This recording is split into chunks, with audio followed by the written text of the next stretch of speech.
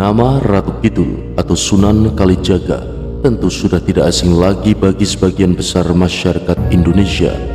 Dan ternyata ada kisah cinta antara mereka berdua. Dan bagaimana kisah Sunan Kalijaga dan Ratu Kidul selengkapnya hanya di Nasihat Kehidupan Misteri.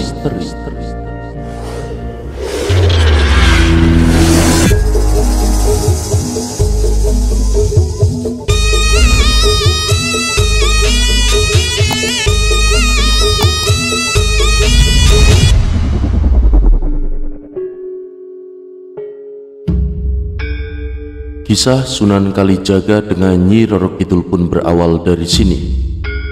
Sunan Gunung Jati mendapatkan petunjuk untuk menggunakan tombak Karera Reksa, sebuah tombak sakti milik Nyi Roro Kidul atau Dewi Nawang Wulan. Diutuslah Rayi Kalijaga untuk menemui Nyi Roro Kidul. Cerita kali ini akan mengisahkan Sunan Kalijaga, anggota Wali Songo yang memiliki ilmu kanuragan, yang jatuh cinta kepada sang ratu pantai selatan, yaitu Nyi Roro Kidul.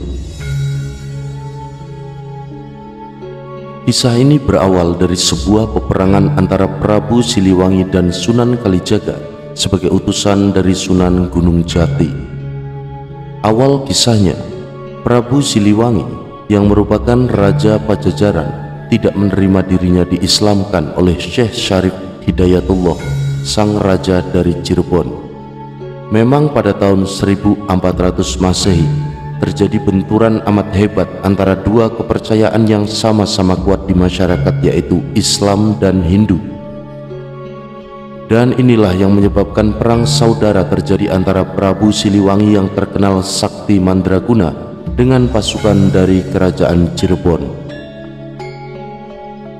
Dalam peperangan itu diutuslah Pangeran Arya Kemuning, Dewi Nyimas Gendasari, serta Nyimas Roro Kencono Wungu untuk menaklukkan kesaktian Prabu Siliwangi, dan ternyata gagal. Akhirnya Sunan Kalijaga diutus oleh pasukan Cirebon untuk menghadapi sang Prabu Siliwangi. Namun lagi-lagi Cirebon pun kalah. Dan kisah Sunan Kalijaga dengan Nyi Roro Kidul pun berawal dari sini. Nyi Roro Kidul atau yang punya nama asli Dewi Nawang Wulan. Dewi Nawang Wulan merupakan anak dari Prabu Siliwangi sendiri, dari istri keduanya, Ratu Palaga Inggris. Menurut petunjuk dari Allah Subhanahu wa Ta'ala, Sunan Gunung Jati mendapatkan petunjuk untuk menggunakan tombak Karera Reksa, sebuah tombak sakti milik Nyi Roro Kidul atau Dewi Nawang Wulan. Lalu diutuslah Rayi Kalijaga untuk menemui Nyi Roro Kidul. Kisah Sunan Kalijaga dengan Nyi Roro Kidul pun dimulai. Ketika datang Sunan Kalijaga, perasaan Nyi Roro Kidul kepada sang Sunan semakin kuat. Memang sejak lama Nyi Roro Kidul menyimpan rasa pada Sunan Kalijaga, sehingga pertemuan ini pun berlanjut. Dengan menolak meminjamkan tongkat sakti Karera Reksa, justru Nyi Roro Kidul meminta untuk mempertemukan dirinya dengan Raja Panatagama atau sebutan Raja Cirebon. Setibanya Nyi Roro Kidul di kerajaan Cirebon, tersenyumlah Sunan Gunung Jati. Nampaknya Sunan Gunung Jati sudah tahu isi perasaan Nyi Roro Kidul. Beliau sudah tahu mengenai kisah asmara, kisah Sunan Kalijaga dengan Nyi Roro Kidul. Namun Sunan Kalijaga tak pernah mengetahuinya. Sunan Gunung Jati kemudian membawa Nyi Roro Kidul ke Kaputren. Kemudian berbincanglah mereka berdua. Sunan Gunung Jati berbicara, "Wahai putri Prabu Siliwangi, cuma dikau yang dapat menaklukkan kesaktian ayahandamu. Pinjamkanlah Kalijaga pusakamu yang bernama tombak Karera Reksa." Nyi Roro Kidul pun menjawab, "Ampun Gusti Susuhunan Panatagama, saya cuma memberi pusaka itu pada suamiku kelak." Kemudian dengan tertawa kecil, Sunan Gunung Jati segera berujar kepada Kanjeng Sunan Kalijaga, "Wahai Rayi Kalijaga, sebenarnya tidak ada yang lebih mulia terkecuali berdasar pada keagungan syiar Islam. Menikahlah dengannya, Ratu Kidul atas nama Islam, serta bukanlah karena nafsu. Lalu atas perintah sang guru, sebagai murid yang patuh, Sunan Kalijaga pun menerimanya. Kisah Sunan Kalijaga dengan Nyi Roro Kidul pun berlanjut ke jenjang pernikahan. Namun sebelum pernikahan terjadi, Nyi Roro Kidul mengajukan sebuah syarat. Nyi Roro Kidul pun berkata, "Ampun Gusti Panatagama, untuk beberapa penghuni Laut Selatan sangatlah pantang terima seseorang suami tidak ada satu ikatan batin.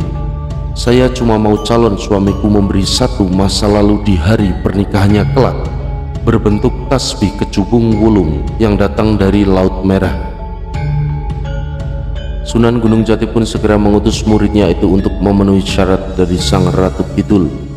Sunan Kalijaga pun segera pergi ke Gunung Ciremai, menggerakkan tafakur serta minta perlindungan pada Allah Subhanahu wa Ta'ala. Pada malam keempat, Kanjeng Sunan mendapat sebuah isyarat yang tidak diketahui pasti dari mana datangnya, yang menyampaikan bahwa akan tiba seorang yang menuntun untuk temukan di mana tasbih wulung atau kecubung berada. Akhirnya dengan ditemukannya tasbih kecubung wulung yang sakti itu, sarana spiritual pembuka aura paling cepat, ketenangan batin membuka karisma, aura wibawa, penakluk serta mahabbah paling hebat sampai saat ini, maka kembalilah Sunan Kalijaga menemui Sunan Gunung Jati. Dari sini Sunan Gunung Jati segera melangsungkan pernikahan antara Sunan Kalijaga dan Nyi Roro Kidul. Setelah resmi menikah, kisah Sunan Kalijaga dengan Nyi Roro Kidul berlanjut ke peperangan.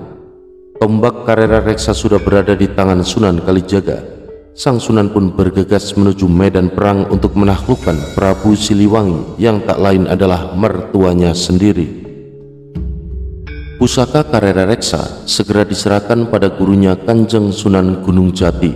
Lantas pusaka itu oleh sang guru diberi tambahan satu tombak di atasnya, ditancapkan satu tombak, hingga pusaka Karera Reksa yang semula memiliki 7 cabang serta 1 jalur runcing di samping menjadi 9 cabang, serta oleh Kanjeng Sunan Gunung Jati tombak Karera Reksa dinamakan baru dengan sebutan Pusaka Agung Buana Tombak Nirwana Cakra Langit.